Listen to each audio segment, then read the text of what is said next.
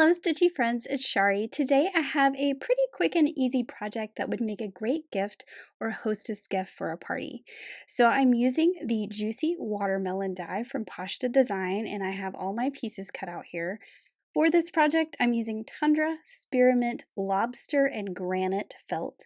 And this is probably a pretty red watermelon. I would usually go with pink, but I'm going to be stitching it on this kitchen towel that I purchased, so I wanted to match the red on this. And this is just an inexpensive kitchen towel. I found it in the seasonal section at Walmart. You could use any design that goes with whatever design you want to stitch onto the towel. I also cut a piece that's going to be a backer, and we'll talk about that part a little bit later.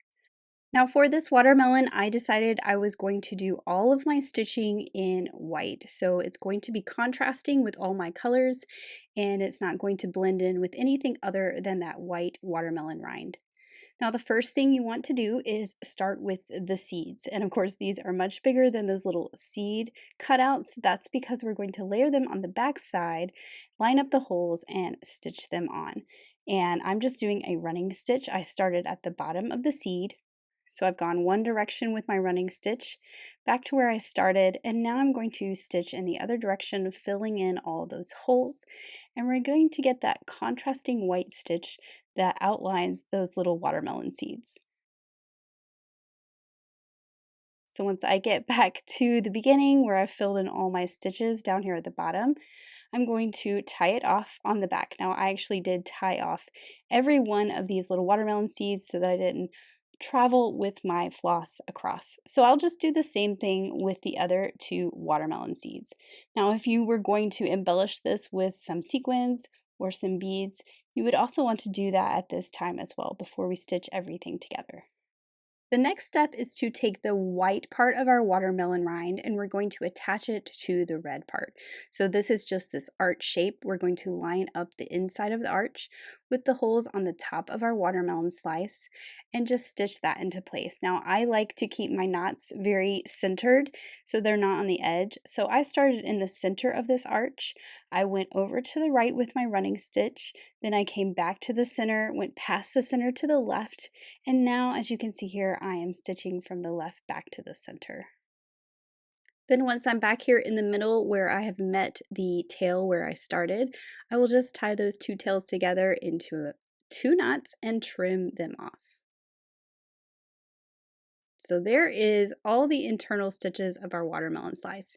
All the other stitching is going to go around the perimeter, so we need to attach this to our kitchen towel. And I'm just folding this in half so that I can find the center. Luckily, this has a nice grid of lines, and it turns out the center was that dark blue line right there in the middle, so it was easy to remember, and I can just line up my watermelon slice where I want it to be. Now to hold this in place while I stitch this on, I am going to use a little bit of tacky glue, and I just like to do a couple dots, and this just keeps it from shifting around a little bit. You don't want too much. It's not going to come through that felt as long as it's just a few pieces. And then I'm lining up my red with the white that I've already stitched together on top of that green.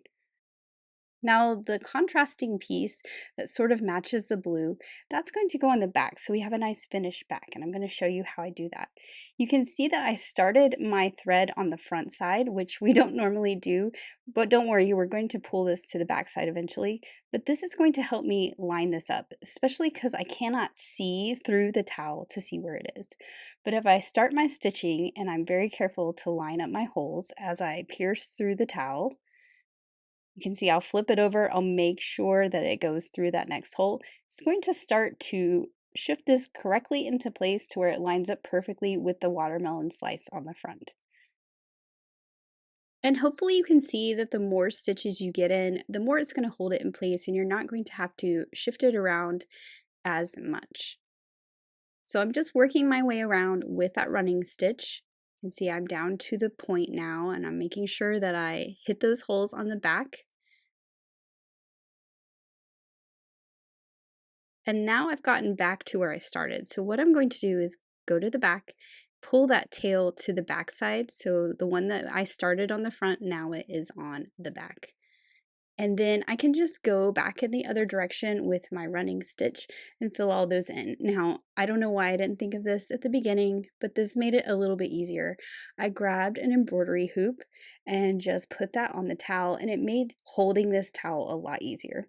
I'm not sure why I didn't start this way, so learn from my mistake and start with an embroidery hoop at the beginning. It just makes it a lot easier to hold because it's not flopping around quite as much. I still need to flip it back and forth, make sure I'm hitting those holes, just because I want to make sure my stitches stay nice and neat. But I've gone all the way back around, and now I'm back to the beginning. So what I'm going to do is thread my thread underneath the felt, so it's coming out between the felt on the back and the towel. I'm going to do the same with my starter tail here, so that both of those strings are between the felt and the towel, and I'll just tie my knots so they're hidden down in there.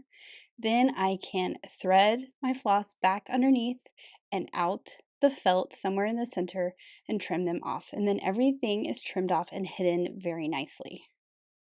And now your little towel is all finished. So I'm just going to fold it up here, but this is perfect to give someone as a gift or just to use in your kitchen as decoration. So I hope this has inspired you to maybe give this quick project a try. Thank you so much for watching. Have an amazing day and happy stitching. Bye.